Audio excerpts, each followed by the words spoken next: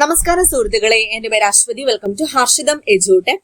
നാളെ August 1 10th പ്രിലിംസിന്റെ അടുത്ത ഘട്ട പരീക്ഷ നടക്കാൻ പോവുകയാണ്. പരീക്ഷയ്ക്ക് ഇനി ഏതാനും മണിക്കൂറുകൾ മാത്രം. അപ്പൊ അതിന് മുന്നോടിയായിട്ട് നമുക്കൊരു മോക്ക് ടെസ്റ്റ് ചെയ്ത് നോക്കിയാലോ? 20 മാർക്കിന്റെ മോക്ക് ടെസ്റ്റ് ആണ്. കട്ട് ഓഫ് പറഞ്ഞേക്കാം, 17 മാർക്കാണ് കട്ട് ഓഫ്. അപ്പൊ 17ഉം അതിന്റെ എബവും നിങ്ങൾ ഉറപ്പായിട്ടും വാങ്ങണം. ഫുൾ മാർക്ക് തന്നെ വാങ്ങണം. 17ൽ താപ്പോട്ട് വാങ്ങാൻ പാടില്ല. ഓക്കെ, അപ്പൊ സ്റ്റാർട്ട് ചെയ്താലോ? പേപ്പറും പേനയും ഒക്കെ എടുത്ത് സെറ്റ് ആയിക്കോളാം. പിന്നെ നമ്മുടെ ടെലഗ്രാം ചാനൽ ജോയിൻ ചെയ്യാത്തവരുണ്ടെങ്കിൽ ഫസ്റ്റ് കമന്റ് ഒന്ന് ചെക്ക് ചെയ്തേക്കൂ. ലിങ്ക് ഞാൻ പിൻ ചെയ്ത് വെച്ചിട്ടുണ്ട്. അപ്പൊ എല്ലാവർക്കും ഓൾ ദി ബെസ്റ്റ്. സ്റ്റാർട്ട് ചെയ്യാം. ആദ്യത്തെ ചോദ്യം, സിന്ധുവിന്റെ ഏറ്റവും വലിയ പോഷക നദി ഏതാണ്? Option A Ravi, B Jhelum, C Chenab, D Sutlej. ഉത്തരം എഴുതിക്കോളൂ. ഉത്തരം പറയട്ടെ. ഓപ്ഷൻ സി ആണ് ചിനാബ് സിന്ധുവിന്റെ ഏറ്റവും വലിയ പോഷക നദി. അപ്പൊ നിങ്ങൾ 3 കാര്യങ്ങൾ ഇവിടെ മനസ്സിലാക്കുക. സിന്ധുവിന്റെ ഏറ്റവും വലിയ പോഷക നദി ചോദിച്ചാൽ ചിനാബും, ഇന്ത്യയിലൂടെ ഒഴുകുന്ന സിന്ധുവിന്റെ ഏറ്റവും വലിയ പോഷക നദി ചോദിച്ചാൽ സത്ലജും, സിന്ധുവിന്റെ ഏറ്റവും ചെറിയ പോഷക നദി ചോദിച്ചാൽ ഏതുമാണ്?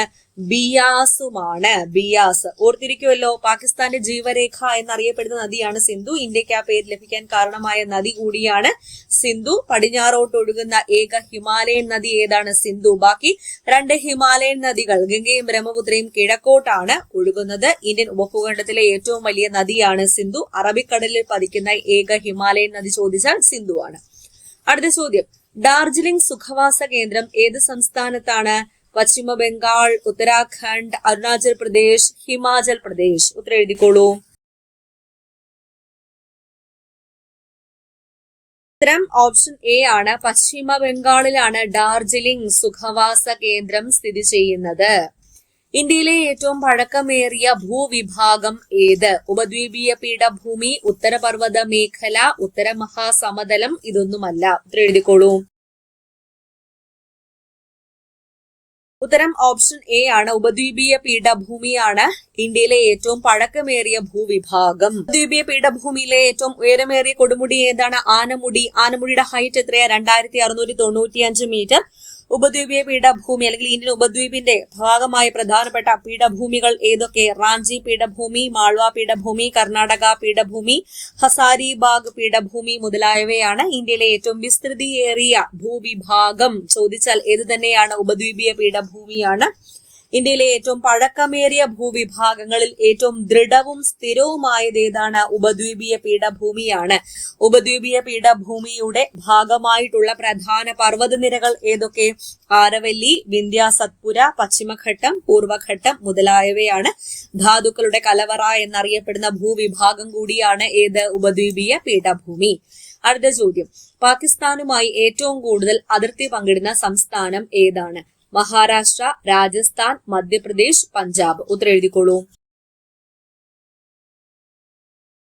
ഉത്തരം ഓപ്ഷൻ ബി ആണ്. രാജസ്ഥാനാണ് പാകിസ്ഥാനുമായി ഏറ്റവും കൂടുതൽ അതിർത്തി പങ്കിടുന്ന സംസ്ഥാനം. കൊങ്കൺ റെയിൽവേ കടന്നു പോകാത്ത സംസ്ഥാനം ഏത്? കേരളം, മഹാരാഷ്ട്ര, ഗോവ, കർണാടക. ഉത്തരം എഴുതിക്കോളൂ. ഉത്തരം ഓപ്ഷൻ എ കേരളം. കേരളത്തിലൂടെയാണ് കൊങ്കൺ റെയിൽവേ കടന്നു പോകാത്തത്. അടുത്ത ചോദ്യം, കേരളത്തിലെ 2ാമത്തെ സ്റ്റോക്ക് എക്സ്ചേഞ്ച് ഏതാണ്? തിരുവനന്തപുരം, കൊച്ചി, കോട്ടയം, മലപ്പുറം. ഉത്തരം എഴുതിക്കോളൂ. ഉത്തരം തിരുവനന്തപുരമാണ് കേരളത്തിലെ 2ാമത്തെ സ്റ്റോക്ക് എക്സ്ചേഞ്ച്.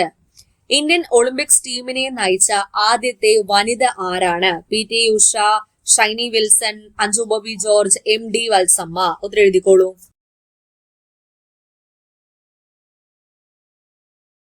ഉത്തരം ഷൈനി വിൽസൺ ആണ് ഇന്ത്യൻ ഒളിമ്പിക്സ് ടീമിനെ നയിച്ച ആദ്യത്തെ വനിത. കായിക കേരളത്തിന്റെ പിതാവ് എന്നറിയപ്പെടുന്നത് ആരാണ്? GV രാജ അഥവാ ഗോദവർമ്മ രാജ. കേരള കായിക ദിനം GV രാജയുടെ ജന്മദിനമാണ്. ഒക്ടോബർ 13 ആണ്. ഒക്ടോബർ 13. ആദ്യമായി ഇന്ത്യൻ ഒളിമ്പിക്സ് ടീമിനെ നയിച്ച വനിത ചോദിച്ചാൽ ഷൈനി വിൽസൺ. അർജുന അവാർഡ് നേടിയ ആദ്യത്തെ മലയാളി ചോദിച്ചാൽ C ബാലകൃഷ്ണൻ. അർജുന അവാർഡ് നേടിയ ആദ്യത്തെ മലയാളി ഫുട്ബോൾ താരം ആരാണ് ചോദിച്ചാൽ IM വിജയൻ. രാജീവ് ഗാന്ധി ഖേൽരത്ന പുരസ്കാരം, ഇപ്പോഴാണ് ധ്യാൻചന്ദ് ഖേൽരത്ന ആയത്, അന്ന് രാജീവ് ഗാന്ധി ഖേൽരത്ന ആയിരുന്നു. അവാർഡ് നേടിയ ആദ്യ മലയാളി ആരാണ്? KM ബീനാമോൾ. സന്തോഷ് ട്രോഫി കേരളം ആദ്യമായി നേടിയ വർഷം ചോദിച്ചാൽ 1973. ഓക്കെ, അടുത്ത ചോദ്യം, മലബാറിലെ ആദ്യത്തെ ജലവൈദ്യുത പദ്ധതി ഏതാണ്? കാരാപ്പുഴ, കുറ്റ്യാടി, ഉറുമി, മൂലമറ്റം. ഉത്തരം എഴുതിക്കോളൂ. ഉത്തരം ഓപ്ഷൻ ബി, കുറ്റ്യാടിയാണ് മലബാറിലെ ആദ്യത്തെ ജലവൈദ്യുത പദ്ധതി. കേരളത്തിലെ ഏറ്റവും വലിയ വന്യജീവി സങ്കേതം ഏതാണ്? പേപ്പാറ, പെരിയാർ, ചിന്നാർ, ശെന്തുരുണി.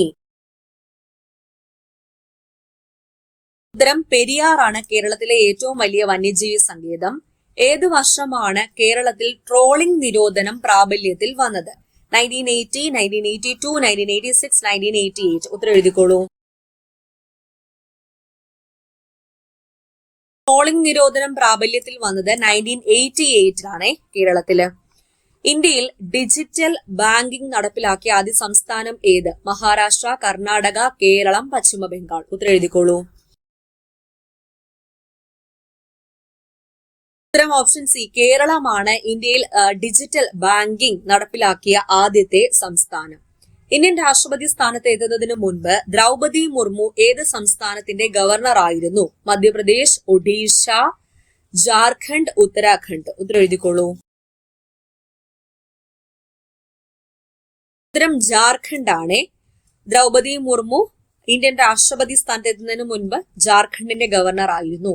മൗസിം എന്ന അറബി പദത്തിന്റെ അർത്ഥം എന്താണ്? കാറ്റുകൾ, ഋതുക്കൾ, പ്രദേശം, ദിശ. ഉത്തരം എഴുതിക്കോളൂ. ഉത്തരം ഋതുക്കളാണ്. ഋതുക്കൾ. ഏറ്റവും നീളം കൂടിയ ഉപദ്വീപീയ നദി ഏത്? നർമ്മദ, മഹാനദി, ഗോദാവരി, കൃഷ്ണ. ഉത്തരം എഴുതിക്കോളൂ. ഉത്തരം ഗോദാവരിയാണ്. ഈ ചോദ്യം ഓർത്തു വെച്ചോളൂ, എപ്പോഴും ചോദിക്കാറുണ്ട്. ഗോദാവരി. പരുത്തി കൃഷിക്ക് ഏറ്റവും അനുയോജ്യമായ മണ്ണിനം ഏതാണ്? എക്കൽ മണ്ണ്, ലാട്രൈറ്റ് മണ്ണ്, കറുത്ത മണ്ണ്, ചെമ്മണ്ണ്. ഉത്തരം എഴുതിക്കോളൂ. കറുത്ത പരുത്തി മണ്ണ് എന്ന് തന്നെയാണ് അറിയപ്പെടുന്നത്. ഓപ്ഷൻ സി, കറുത്ത മണ്ണ്. താഴെ പറയുന്നവയിൽ ഇന്ത്യയുടെ പടിഞ്ഞാറൻ അതിർത്തി ഏതാണ്? ഹിമാലയം, അറബിക്കടൽ, ഇന്ത്യൻ മഹാസമുദ്രം, ബംഗാൾ ഉൾക്കടൽ. ഉത്തരം എഴുതിക്കോളൂ. ഇന്ത്യയുടെ പടിഞ്ഞാറൻ അതിർത്തി അറബിക്കടലാണ്. അറബിക്കടൽ. അടുത്ത ചോദ്യം, താഴെ പറയുന്നവയിൽ ഏതാണ് ഗ്രീൻ ഹൗസ് പ്രഭാവത്തിന് കാരണമാകുന്ന പ്രധാന വാതകം? മീഥെയിൻ ആണോ, നൈട്രസ് ഓക്സൈഡ് ആണോ, കാർബൺ ഡൈ ഓക്സൈഡ് ആണോ, ഓസോൺ ആണോ? ഓപ്ഷൻ നോക്കിയിട്ട് ഉത്തരം എഴുതിക്കോളാം.